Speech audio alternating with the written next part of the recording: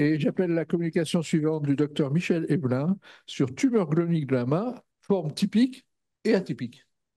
Merci, 15 minutes.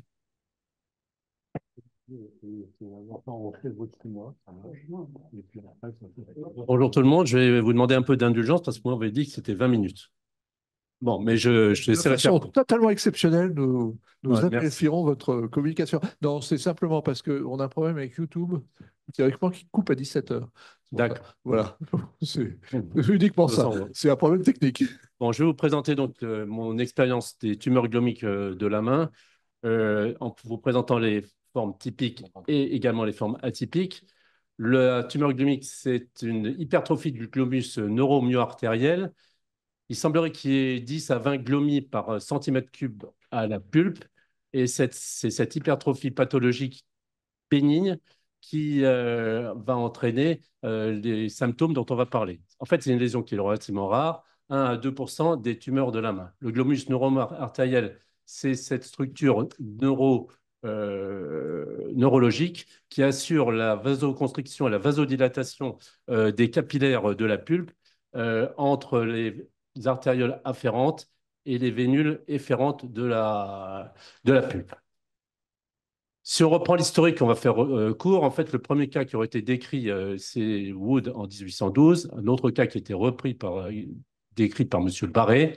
Mais celui qui a fait la description histologique des tumeurs glomiques, c'est M. Masson, qui était un histopathologiste strasbourgeois en 1924. Ici, une caricature alors qu'il est en train d'étudier une lésion cancéreuse avec les crabes qu'on voit sur cette image.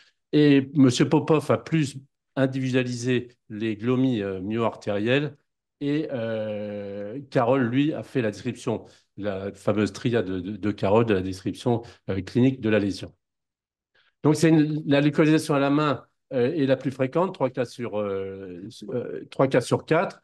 Et sur ces 75%, il y a 65% qui sont à la pulpe. C'est surtout adultes à prédominance féminine. Les formes du sujet jeune, c'est plutôt des formes familiales. On verra qu'ils sont relativement rares. Et c'est exceptionnellement malin, soit d'emblée, soit par dégénérescence d'une lésion bénigne initiale. Mais il y a très, très peu de cas qui ont été écrits dans la littérature que j'ai revue, une vingtaine. Mais ça existait également au membre inférieur. Monsieur Jardin en a peut-être rencontré les orteils, la voûte plantaire.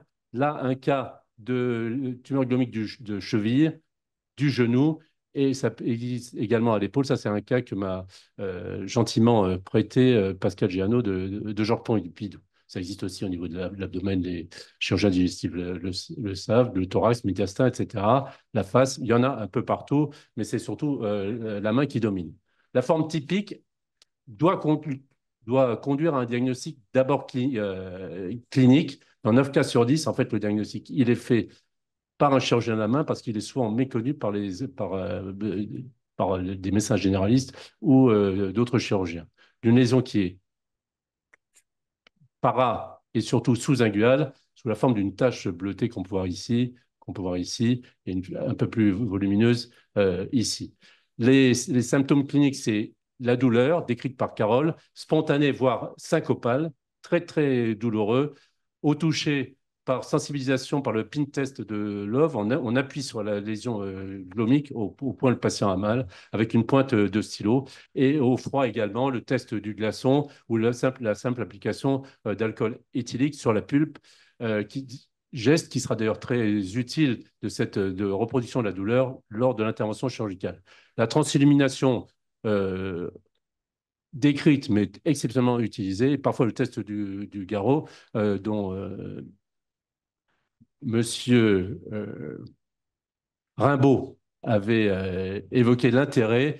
C'est en fait un test du garrot qui permet, lorsque le garrot est gonflé à l'avant-bras, au-dessus de la pression systolique, de faire voir disparaître les douleurs en au minimum 15 secondes.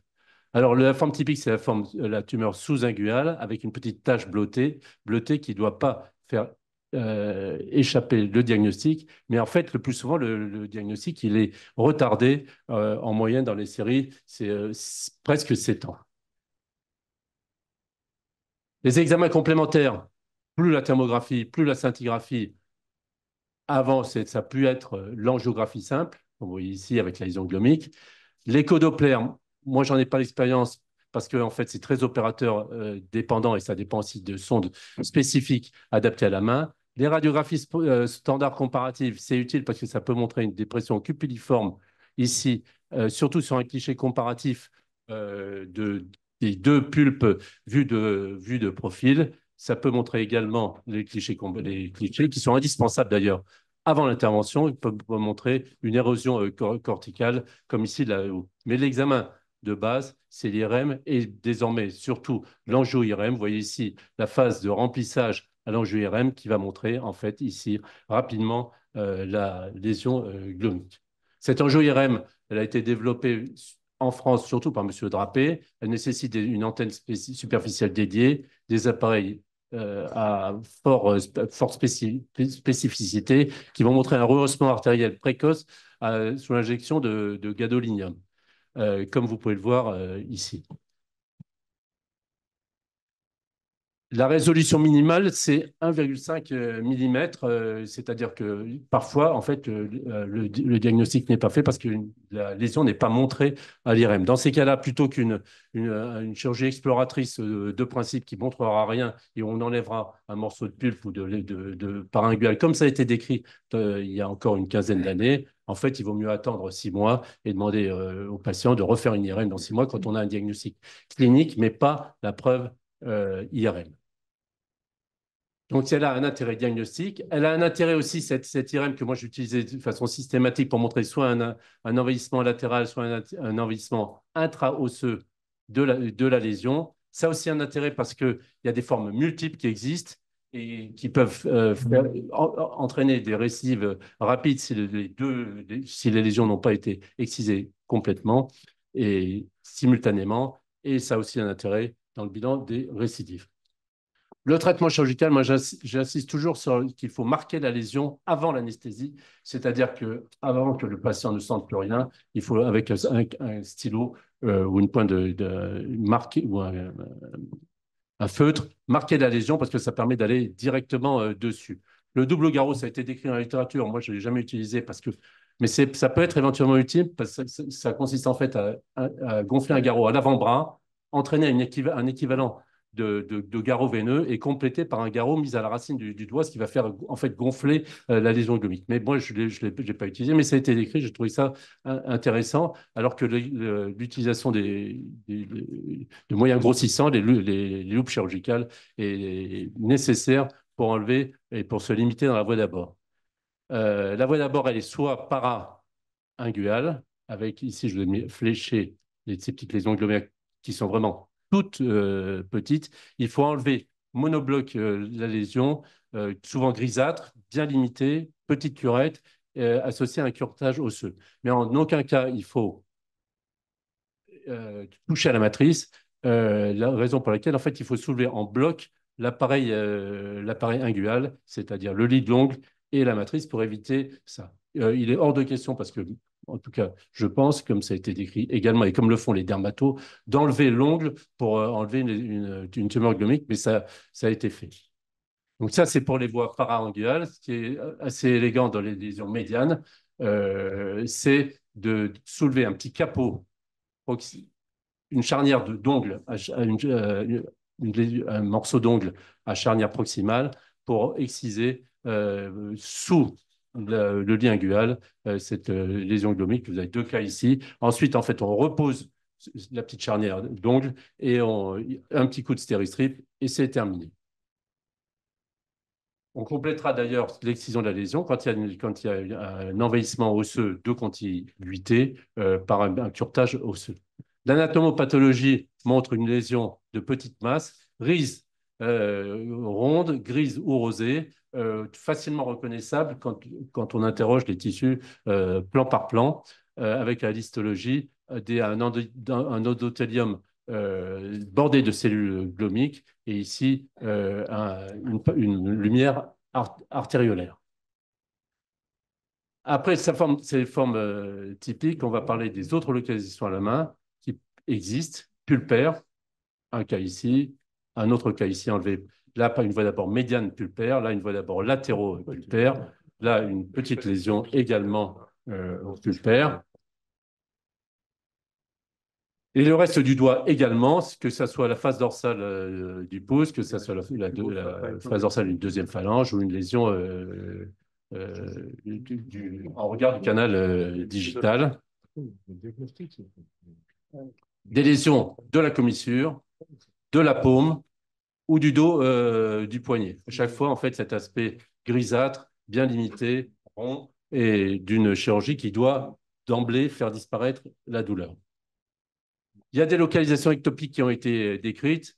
Moi, personnellement, je n'ai que l'expérience d'une lésion antébrachale que j'ai retirée, mais il y a également des lésions qui ont été décrites périnaurales, intéressant nerf médian, nerf collatéral et nerf radial axillaire, des lésions qui intéressent la paroi veineuse, voire dans l'os. Là, il s'agissait en fait d'une phalangette chez une dame âgée de 85 ans. Les tumeurs glomiques à présentation atypique, il y a parfois des taches bleutées sous l'ongle que j'ai vues avec sans aucun signe clinique, on retire, sans aucune douleur typique, mais c'est tout à fait exceptionnel, sauf dans les formes multiples disséminées. Il y a des tumeurs glomiques géantes, comme ici.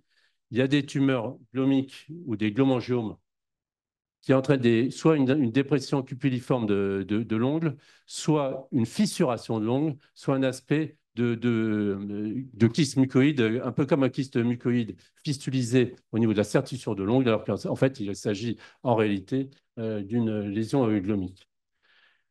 Il y a des tumeurs glomiques à forme pseudo-neurologique. Là, c'était en fait une grosse tumeur glomique d'un ou d'une patiente, je ne me souviens plus très bien, qui avait été opérée au départ pour une libération du nerf cubital au coude. Il y a des tumeurs glomiques qui, là, c'est un patient que j'avais opéré simultanément d'une lésion glomique et du canal carpien, avec cette lésion glomique ici. Pour continuer un cas un peu exemplaire de tumeur glomique et canal carpien, une patiente qui m'avait été adressée de Tunisie, qui avait été d'abord opérée pour une hernie discale cervicale, puis du canal carpien, pour finir en fait avec, parce qu'il y a des douleurs continuées, là c'est son incision de canal cervical, d'abord du canal cervical, et en fait finalement elle avait simplement, non pas son canal carpien, mais une lésion glomique du doigt. Il y a des tumeurs glomiques multiples, soit sur le même doigt, du même côté, soit, et ça peut être trompeur, des deux côtés de l'ongle. Et vous voyez ici, d'un côté, une petite tumeur glomique, de l'autre, une lésion glomique plus volumineuse. Il y a des formes pluridigitales, c'est-à-dire qui peuvent intéresser deux doigts voisins, comme ici.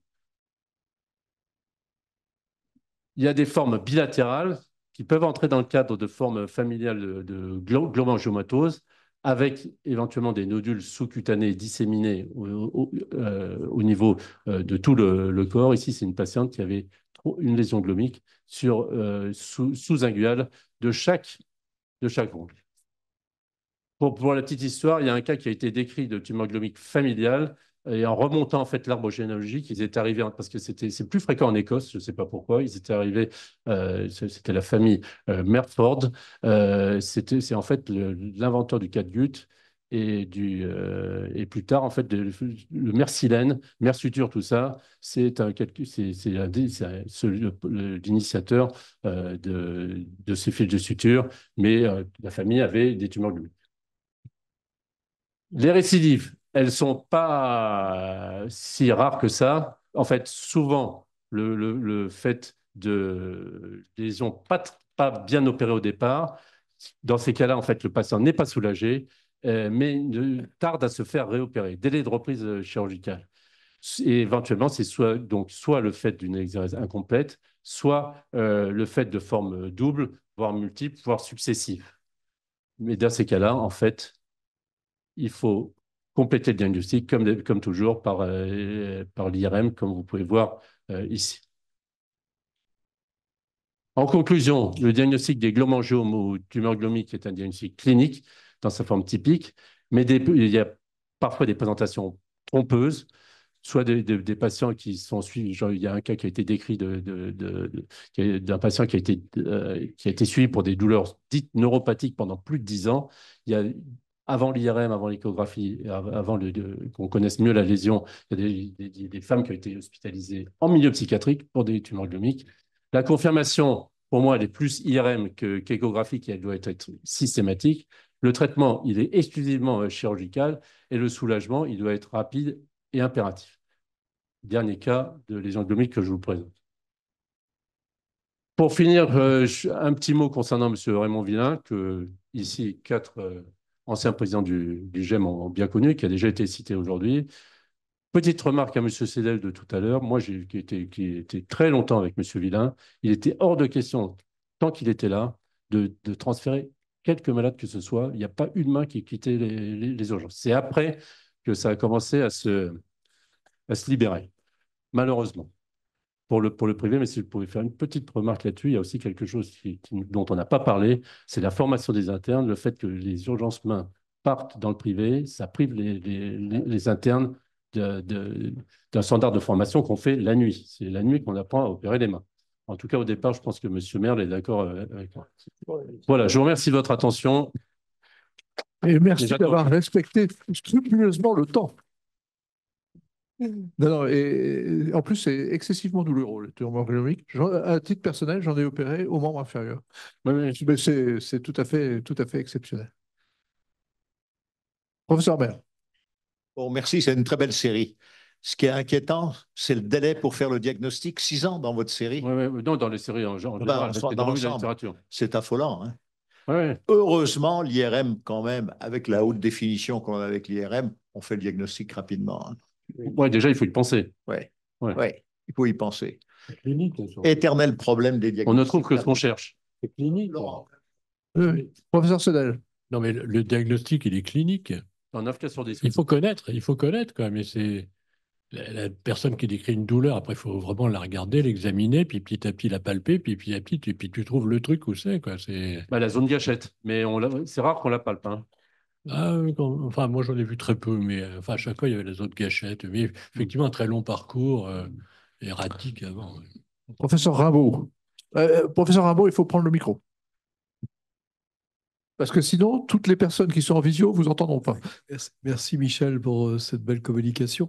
Je voulais savoir si tu partageais ce sentiment que la récidive est liée à la mauvaise vision ou l'insuffisance de vision de la lésion lors de la première intervention.